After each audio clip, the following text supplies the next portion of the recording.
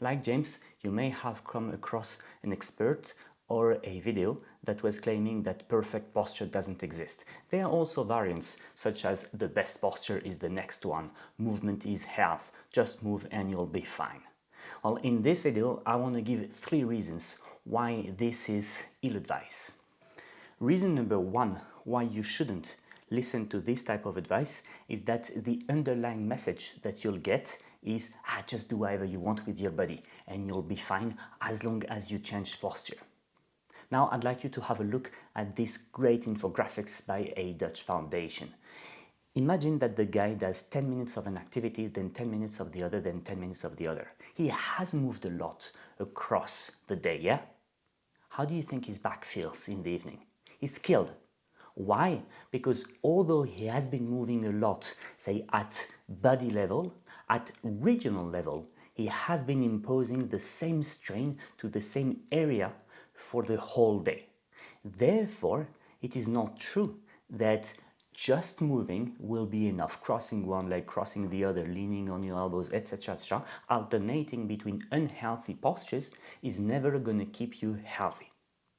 The other reason why it makes no sense is that if you study the protocol behind the studies justifying this advice, there's a wrong concept of what posture is. What is posture?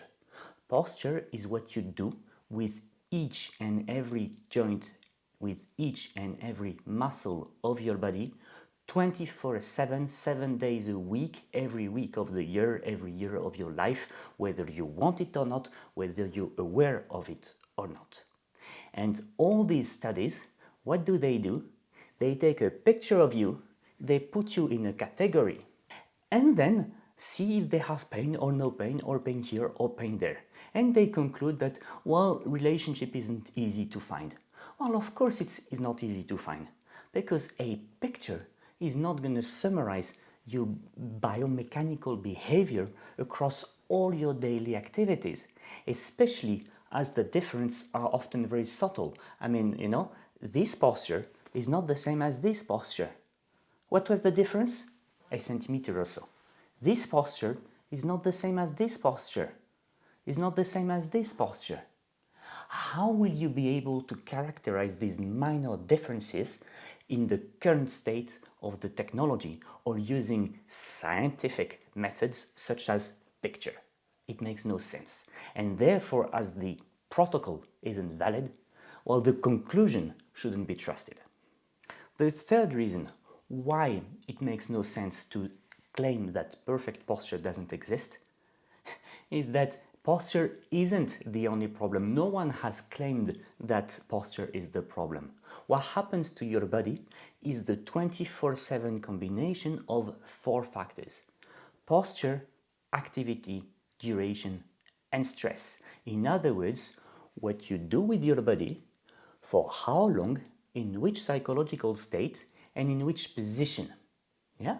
If I take them apart, okay, we'll leave the psychological state apart for now. We'll just look at biomechanics.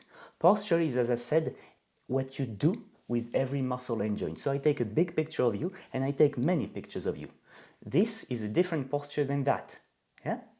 In activity, we remove your skin and we try to see how tense you are in there. Yeah? If your elbow is like this, it's not the same as if your elbow is like that. There's much more co-contraction here. This co-contraction, or say tension in general, can be due, of course, to stress, but it is also due to manual handling, physical effort, cold, and vibrations. And then once we've characterized all that, we have to look at how long you've been doing this between 2 breaks, over the day, over the week, over the month, over your lifetime. Yeah? And the rule is not that perfect posture doesn't exist. The rule is that you should not combine 2 of the 3 biomechanical risk factors, i.e. you may not have a bad posture for too long. You may not have a bad posture once you lift a piano.